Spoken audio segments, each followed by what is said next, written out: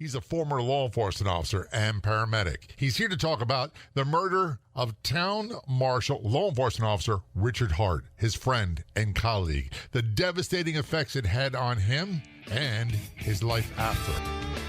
Welcome to the Law Enforcement Talk Radio Show. In the Law Enforcement Talk Radio Show, we are joined by special guests talking about their experiences, the realities of investigating crimes, plus those who have experienced horrendous trauma. Police, first responders, military, and victims of crime share their stories. Hi, I'm John J. Wiley. In addition to being a broadcaster, I'm also a retired police sergeant. Be sure to check out our website, letradio.com, and also like us on Facebook. Search for the Law Enforcement Talk Radio Show. You know, we used to have an app, and it was a very popular app. And then, guess what? We couldn't hold a candle to our Facebook presence. How many people have the mobile Facebook app already installed on their phone? How many people use it on their computer? Make sure you follow us. Make sure you like us on our Facebook page. Just search for Law Enforcement Talk Radio Show and Podcast, and be sure to send us a comment to one of the posts. Best of all, it's 100% free. Calling us from Michigan, we have David Brown on the phone. David is a former law enforcement officer, also a former paramedic, and he is the author of 3 books. You can get more information about him, his books. His website is brownbooks.com. David, thanks so much for being a guest on the show. Very much appreciated. My pleasure, Jay. How long ago were you in the law enforcement career? It was 30 years ago on August 7th is when I walked away. Okay. When you say walked away, that usually means that something dramatic happened. And I'm not going to sugarcoat it. There's a lot of trauma that we all go through. There's a lot of violence we see. There's a lot of things that have devastating impacts on us. And quite often, it can result in very unhealthy behavior. Was that the case for you? Oh, absolutely. I lost a dear friend. His name is Rick Hart, and he was an officer in the adjoining city, and we were pals. And we stopped for a quick break, and 10 minutes later, he was laying in the street dying. Approximately 8 years beyond that until I finally just gave it up. We say gave it up. Was there a really negative impact on you? It was. I was disgusted with the DA's office.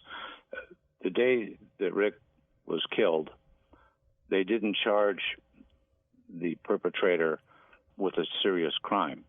He got out of jail that same day on a $200 bond, and they never put any restrictions on him, and he fled. And we hunted him for 4.5 years. First of all, let's talk about your friend. He was, I believe the term is town marshal. We use different terms in different parts of the United States, and that was in Colorado? Yes, he was a town marshal in Firestone, Colorado. Okay, and you were a police officer in an adjacent agency? Yes, sir. That was Tacona, Colorado. Gotcha. So you guys bordered against each other, and you got to know each other and met each other quite frequently. Yes, there's a cluster of small towns just northeast of Denver, about 30 miles, and we backed each other up on a very regular basis. These are all small departments with no training budget, and we needed to cover each other. They didn't have the budget to bring in additional officers, and our chiefs all realized that. They were all, although they may have been administrators as chiefs, they were still cops. So they were good with that. So if we had to go 20 miles, that was fine with the chief of police. So we had to look after each other. There was no one else.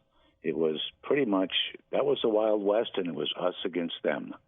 And you said this was the 1980s. And, you know, I got to tell you, I've been retired from police work 30 years, and it seems like a lifetime ago, and at times it seems like it was only yesterday. Well, it does. As a matter of fact, I have friends who are officers here now in Duluth, and I pray for them. Back in the day, our day, at least in the world I lived in, a cop could be a cop. You could do your job. Today, these guys are so hamstrung, and the risk level is so high, not only from the bad guys, but officers pausing. They don't know if they can react or not. And sometimes that kills them. It's too late. Right. We had a saying back in the day that complacency kills. When it comes to law enforcement, complacency kills, and it's 100% deadly. Without question. But now, in this day and age, you have to second guess your every move, or you're out of a job. And I get that, and I'm not saying I disagree with you, David. We had a motto back in 1980s: "I'd rather be tried by 12 than carried by 6." And we look back at the amount of officers who are killed in the line of duty through the 70s, 60s, 70s, and 80s. It far outpaces what's going on today. Yes, there is a lot of political pressure. Maybe we are more aware of it because of 24-hour news, social media, whatever it might be. But it wasn't a walk in the park for you, and it wasn't a walk in the park for me, and it darn sure wasn't a walk in the park for Town Marshal Richard Hart. No, it wasn't. And Rick was just the greatest guy. Now, he didn't have to do this job. He worked in the oil fields driving a truck, and he made very good money. But he took this part-time job, and he was a police officer in the Air Force, and then later in another city for a couple of years. But one of the things, Rick was a big, powerful man, but one of the things he lacked was situational awareness. He was a very highly intelligent guy. As a matter of fact, the night that Rick died, and I like to say the night that Rick was murdered, that evening, Rick and I met at a restaurant, and we had coffee and pie. Our wives were supposed to join us, but my wife had a tremendous headache and couldn't make it, so we waved off his wife, and we just met for 20 minutes for coffee and pie. And Paladin Press was putting on a street survival course in Denver metro area, and I kept bugging Rick. It was 3 weeks before and a week before. I was pressuring him to come to that seminar with me, and he didn't want to spend the money. He was working part-time to pay for his child's surgeries. Rick was a Vietnam vet. He was hit heavily with Agent Orange. He had a child born without any ears, and the VA walked away from him and said, "No, that's not our problem."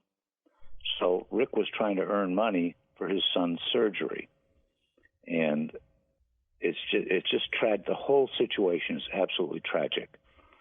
So I kept pressuring Rick to go to the street survival class with me. He wouldn't do it, and then finally, that evening, where we're having our pie and coffee, I took my fork and I raked it across his forearm real quickly. I didn't mean to push that hard, but it put some welts. You could see the tracks from the fork tines. When Rick was laying in his casket, his wife wanted an open casket, and he was very proud of his uniform, and as we all should be. And he wanted to be buried in his uniform if anything ever happened. So there was an open casket, and I looked at Rick's left arm, and there were those fork tines. And that's when it hit me. Nobody knew where those came from. We're going to take a short break. We are talking with David J. Brown. David is a former law enforcement officer, a former paramedic, author of 3 books. You can get more information about the books online. His website is david.jbrownbooks.com. We're going to take a short break. We'll be right back. Your golden years are supposed to be easy and worry-free, at least in regards to finances. If you are over 70, you can turn your life insurance policy into cash. Visit letsavings.com. That's letsavings.com. letsavings.com. Or call 866-480-4252. Again, that's 866-480-4252 to see if you qualify.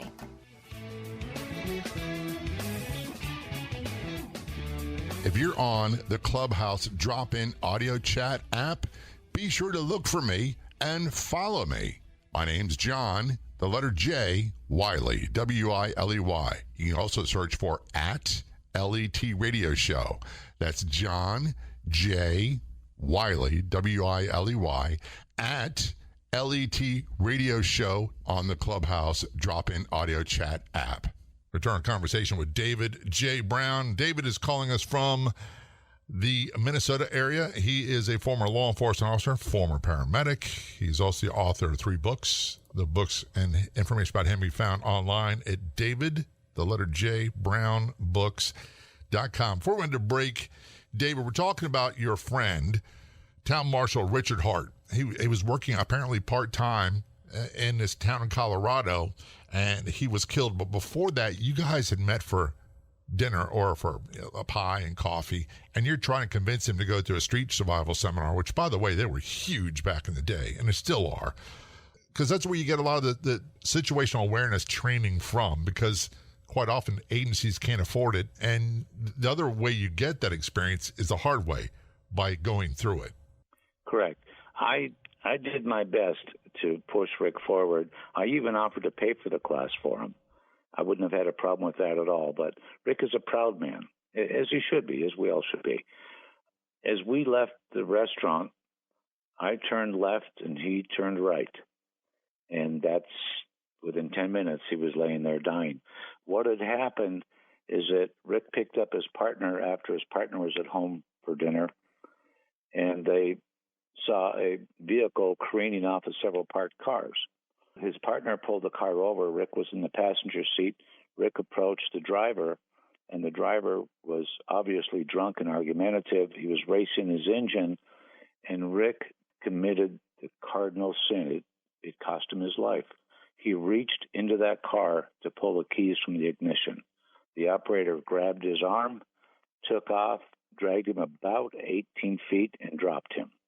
And that was the end of Rick's life. You're right. That is a horrible mistake to make. And I've made that mistake. I don't know of anybody who hasn't made that mistake. Fortunately, it didn't cost me. But he how old was he when he was killed? Rick was incredibly young. He was only 34 years old, father of 3. That takes me back to when I was a rookie police. And I tell people all the time, David, I was so lucky in Baltimore that a lot of the experienced cops who trained us, you went through the academy, you learned what you learned, you went through field training, and then you got real street experience. But a lot of the officers were combat Vietnam veterans, and they were really good police. They're really good about basics, about survival, treating people with respect, all those sorts of things. And we even had a few commanders that were Korean War veterans. And that may seem like ancient history now, but back then it was far more commonplace than people realized, and they were very good. They sounded a lot like Richard. He was a quality guy. He truly was. And he was one of those guys that you meet eyes with him and you knew you had a friend. He was just that kind of guy, and you knew he had your back, even more importantly. He was a quality guy. He just didn't have the training necessary, and it's just so sad. And one of the things that is so relevant to today's conversation is a lot of politicians are anti-street survival training. They're anti-warrior training. And people hear those terms and they go, oh, my goodness, it's about killing people. It's not that at all. As a matter of fact, the warrior classes aren't about it at all. And they not only do not fund that type of training, they prohibit their officers from paying out of their own pocket and going. Yes. It's an example here in Duluth. And our officers applied, our chief applied for helmets, new vests, knee pads, bulletproof knee pads, things of that nature. And the city council said, no, I think we want to involve our civilians. So they had a civilian committee deciding what protective gear the city was going to buy our police officers. Yeah, that doesn't make a whole lot of sense now, does it? Well, to me, it makes no sense. And, the government was giving away military vehicles all throughout the country. And the city, we're on the very tip of Lake Superior. I can look out and I can see ships moving back and forth. Right across the bay from us is Superior, Wisconsin. They opted to take one of those armored vehicles from the military, and we've had to call for their assistance a dozen times every year for barricaded subjects, when there's shots fired, that type of thing. Our county has a Bearcat. Duluth could have had one, but they thought that was too right. much of a military operation. I get that. And, that's getting to a situation I really don't want to talk about, because we could have a conversation about the idiocy of governments and government bureaucrats and elected politicians until the cows come home. And by the way, that's not a new conversation. That's been going on forever and ever and ever. All these things that we talk about, the militarization of police, is caused by like LA's North Hollywood bank shootout. Check out that one. How about the Austin Bell Tower in Texas? All these things are brought about as a result of incidents occur. And we talked earlier about the tragic murder of Town Marshal Richard Hart. He learned his lessons the hard way from his own experience. He made the mistake of putting his hand in a car, and the driver took off and dragged him, and that wound up killing him, didn't it? Yes, sir. The real pain came from when the DA released the violator. He was in jail less than 6 hours. And there was a lot of heat over that, but it was an election year, and it's just ridiculous. So there were 5 of us in the group. After Rick's funeral, 5 of us came together from different jurisdictions and decided that we were going to be the hunters. Supposedly, the FBI was involved, and federal agencies don't share anything with local officers, at least in my experience. So we had to be our own force, and we set up schedules. We looked for Bernie right up until his body was found. And what I did for my end, now we had several, this is a whole area is honeycombed with underground coal mines. So we would check all the entrances to make sure they were still sealed and that he wasn't hiding in any of those places. But during that time, that 4.5 years until he was found, I made more traffic stops after Rick's murder than ever before. But I wrote 0, and I mean no tickets. I put myself on my very best behavior and became the ambassador of goodwill to all people. I stopped motorists for the silliest infractions. All the time, I was hoping somebody would drop something in my lap because they liked me because I was nice to them. I know there are people out there that knew about Bernie. Some of them may even know where he was. I was trying to make friends, so I had to play that game. Until at one point a supervisor confronted me as to my not writing any tickets on moving violations. And I just didn't bother to tell him. I said, gosh, I thought we were here to assist our citizens. And we're going to take a short break. We're talking with David J. Brown, former law enforcement officer, former paramedic. We're talking about the murder of Town Marshal Richard Hart and the aftermath. Don't go anywhere. We'll be right back. Are you turning 65 or stuck with a Medicare plan that just isn't cutting it? We make Medicare decisions and maximum coverage simple. Whether you're enrolling for the first time or looking for a better plan, our experts will help. Call 866-427-1225, 866-427-1225, 866-427-1225, or visit lethealthy.com, lethealthy.com to learn more. Current conversation with David J. Brown, former law enforcement officer, also former paramedic. He is the author of 3 books. You can find them, get more information about him and the books online at his website, davidjbrownbooks.com. That's the letter J, davidjbrownbooks.com. We're talking about the murder of your friend, Town Marshal Richard Hart. And just for those tuning in late, he was a part-time law enforcement officer. He was doing it to help generate revenue to pay bills for child surgery, and you became very close friends. And you met for pie one night, pie and coffee, had a conversation about doing some more training. You went your separate ways, and then he committed the cardinal mistake of putting his hand in the window of a car operated by a drunk driver that took off, and it wound up costing Rick his life. Before we went to break, you said that the guy who was arrested, and I really don't want to give his name, was only charged with a minor offense and was released about 6 hours later, correct? Yes, that's right. He went to the wind. He was given no restrictions by the court as to his travel. He was just free to fly. And we hunted him. A large group initially, officers from all over the region and several states. But as time went on, everyone slows down and goes back to their lives. And that's understandable. But 5 of us stood fast. we were going to catch him. And we were all small towns. We didn't have access to computers. We didn't have access to all the data that's available if you're a federal agency. So we did a lot of footwork, an awful lot. But at the same time, my personal life, I was destroying myself. I was always a drinking man, but then I fell into the bottle, and I could not climb out. Right. And as strange as this may sound, or maybe it doesn't sound strange to some that have been into a situation near that, but I actually blamed my wife. It was a very dark secret. She didn't know, but I harbored a tremendous grudge that if she would have been there for dinner that night, if she wouldn't have had that severe headache, Rick would still be alive today.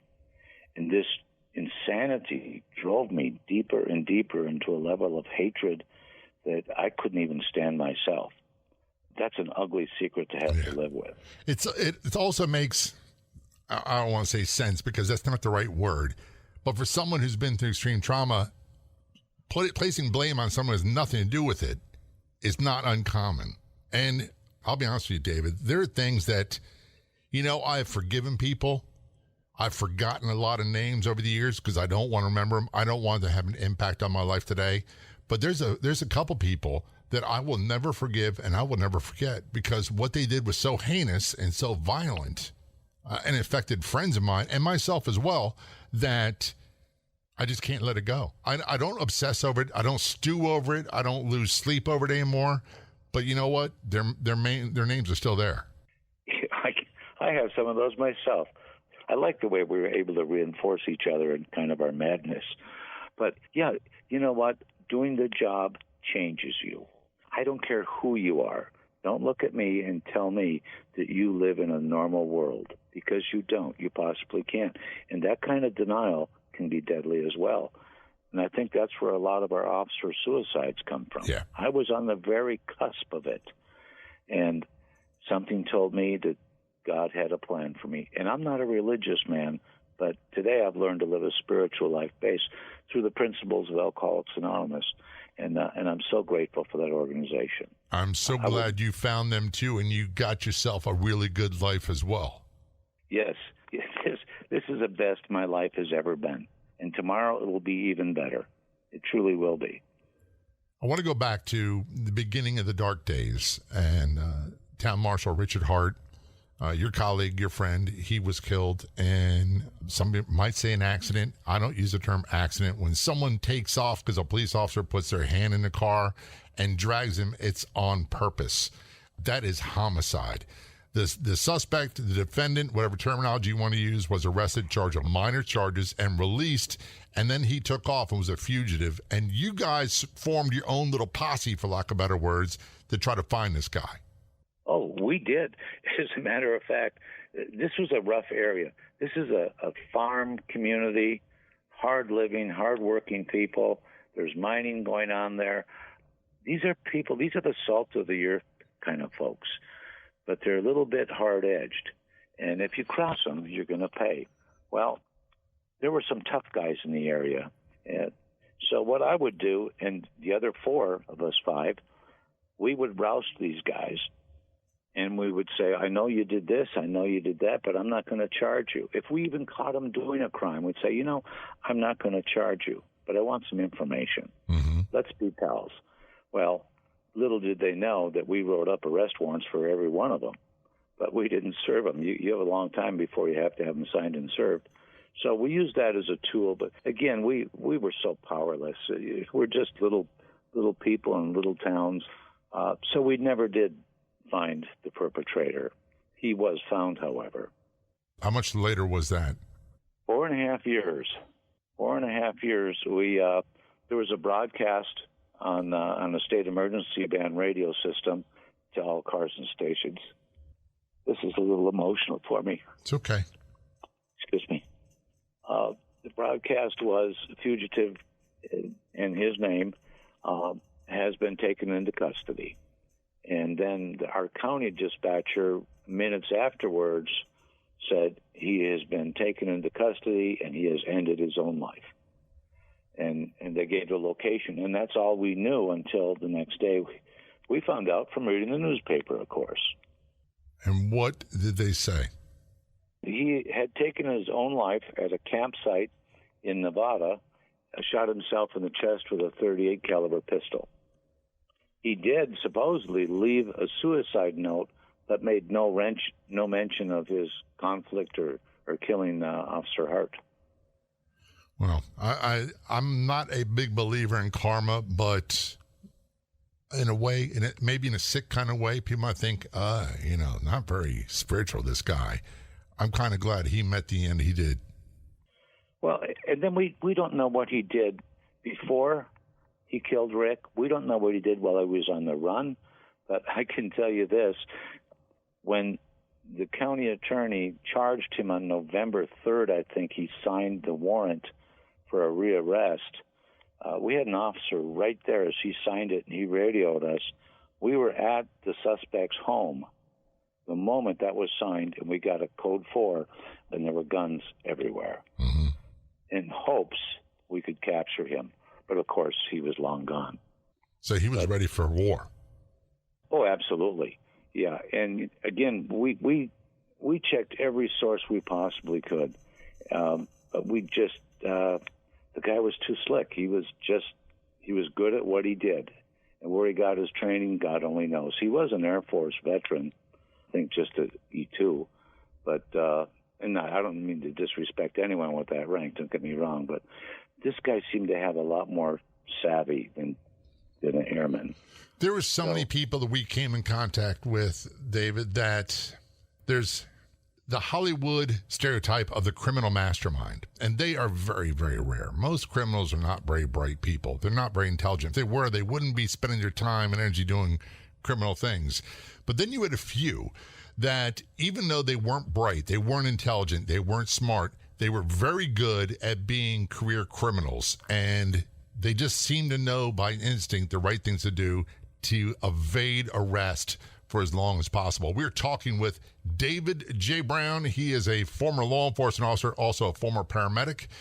When we return, we're going to talk a little bit more about the murder of his friend, Town Marshal Richard Hart, and his own demise and salvation, or shall I say recovery. There's a couple ways you can stay in touch and keep informed of what's going on with the Law Enforcement Talk radio show. Number one, go to our website, letradio.com. Sign up for our email newsletter. It's real easy to find. I promise we don't spam you.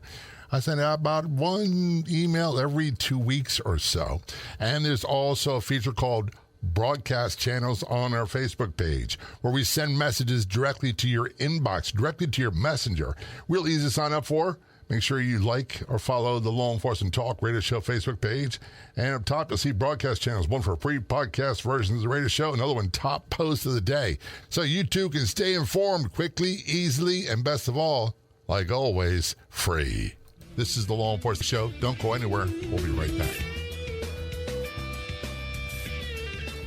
I'm going to let you in a little secret that's been a game changer for me with social media. You can get details at letpops.com. It's a redirect, letpops.com. It's called Chatbots. They're Meta partners, Facebook, Instagram, Telegram, WhatsApp, and soon to be TikTok. You can turn those people that visit and engage with your content on social media into consumers and then sometimes customers, and you can market to them. Get details. Best of all, you can get started for free. letpops.com. That's letpops.com. Again, it's letpops.com. Back to our conversation with David J. Brown on the Law Enforcement Show. David is a former law enforcement officer, also a former paramedic, author of 3 books. You can get more information about him and his books online. His website is davidjbrownbooks.com. We're talking about the murder of your friend and colleague, Town Marshal Richard Hart in Colorado. And eventually the suspect, who was a fugitive for years and years and years, was found. He died by suicide. And you would think that there would be a sense of relief. Okay, this part is over. We can rest. We can relax. Quite often, and here's a term that Hollywood loves, closure. There is no such thing as closure for most people. Did you experience some tremendous closure where you're like, oh, he's been arrested or he's dead. It's like, okay, I can go back to being the way I was before this incident. The only closure I've ever experienced is when I paid off my pickup truck. Yeah. Outside of that, I don't think there's any such a thing. But people need to heal without question. And the day, August 7th, 1991, the day I had my duty weapon in my mouth, the same day I turned in my badge, was also the same day I was never going to drink again. And that was 30 years ago, and I've yet had that desire to have a drink. It took me a period of time. I felt some level of guilt. I know it didn't belong to me with Rick's death, but yet I carried that. If I would have sold him harder on that street survival class, if I would have pushed him, but that's armchair quarterback Yeah, stuff. it's called coulda, shoulda, woulda. Yeah. If I could have, should have, I would have, we're not God. We're not Superman. We can't save everybody. I went through my own survivor's guilt about stuff, David. And you know what? It's a process that you just got to work through, and it takes a long time. It takes a really long time. Well, I found the greatest blessing in my life. My mother passed away in 2001. I was living in Colorado at the time. She lived here in Duluth, Minnesota. I drove because I needed some head time just to clear everything up. I drove back to Minnesota for my mother's funeral. I got to do her eulogy, and that was important to me. And I returned home, and as I was driving through Gillette, Wyoming, I had to stop for gas, and I saw a mountain face very nearby. And I thought, I've got to go there. Something is pulling me. Jay, I do not violate anyone's property. I've never stepped a foot on anyone's private property. I won't pick up a billfold. If there's a billfold that's laying on the ground, I'll pick it up and stand there and hold it forever if I have to, but I'm going to find the owner of that billfold. But in this case, I was so driven, I got on a frontage road and then onto a real bumpy dirt road, and I came to a cattle guard. And a lot of people may not know what a cattle guard is. It's spaced out. It looks like railroad tracks, spaced out about 3 inches apart to keep the cattle from walking through the roadway, right, where there's a fenced area. I drove as close as I could, and then I started walking. And, Jay, I found myself standing in front of this sheer mountain cliff and sheer mountain face, and suddenly I'm on my knees with my hands pressed in prayer. Now, again, I'm not a religious man. I don't know how long I was on my knees. I don't know what took place. I walked back to my car, and I heard a voice tell me, write the book. And I don't know how to write a book. I graduated 15th from the bottom of my high school class of 450 kids. I never applied myself for anything. I drove back to Colorado and sat down the next day. I went out and bought some legal pads and a bunch of pens, and I sat down the next day, and I used 68 legal pads to write my first book because I didn't have a computer. I don't know how to use a keyboard. Was that book about or inspired by your downfall and your recovery? Yes.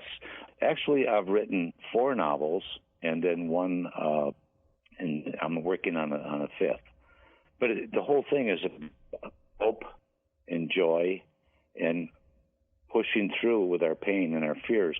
And if I can say one thing about fear, fear is not, in my vocabulary, fear is not a word.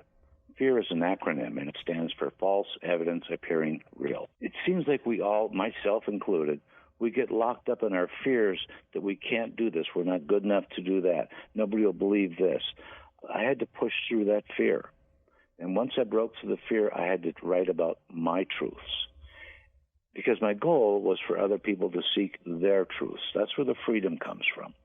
And I was very steadfast with, I don't get a pass.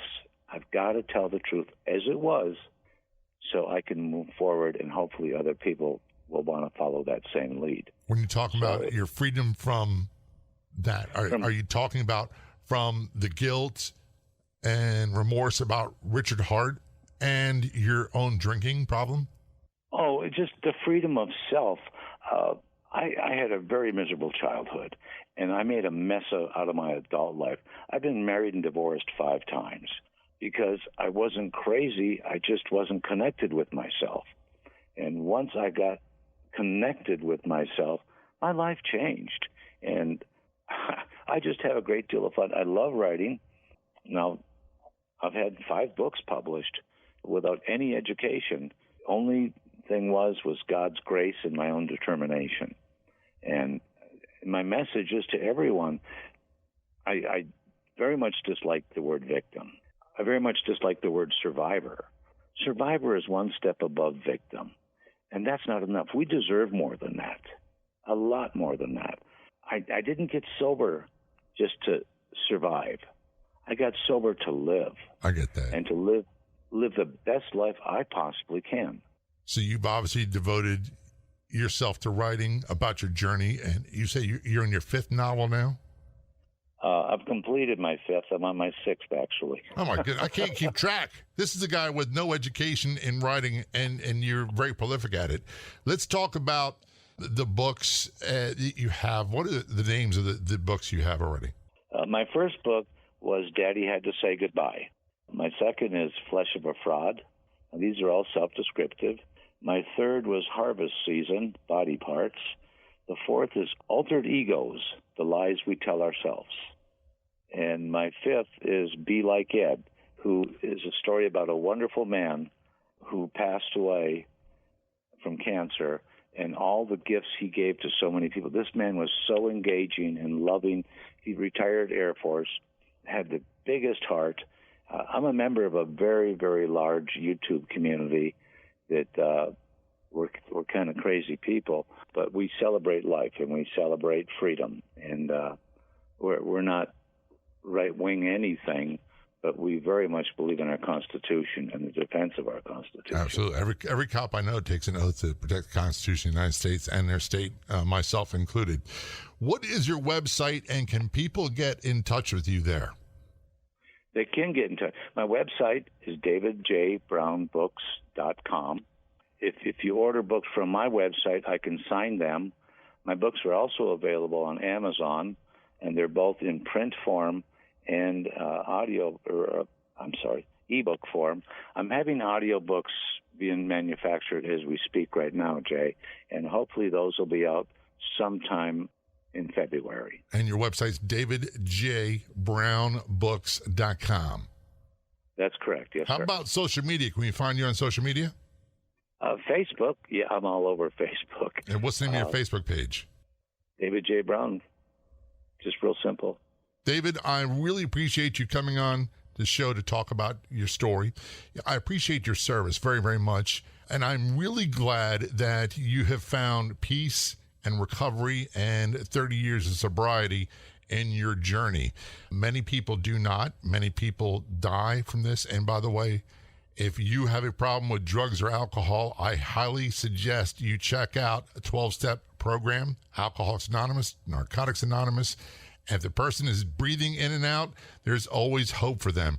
David, thanks for being a guest on the show. Very much appreciated. Thank you, sir. It's good to meet another brother. This was a podcast version of the nationally syndicated Law Enforcement Talk radio show, and we are so glad that you decided to join us. Big thanks to our guests for telling their story on the show. 2 simple things you can do. Be sure to check out our website, letradio.com. That's letradio.com. And be sure to follow us or like us on Facebook. Do a search on Facebook for Law Enforcement Talk radio show. And be sure when you see a post that we put up that you like, that you resonate with, that gets your attention, be sure to share it with your friends. Back in just a few days, another episode of the Law Enforcement Talk radio show and podcast. Until then, this is John J. Wiley. See ya.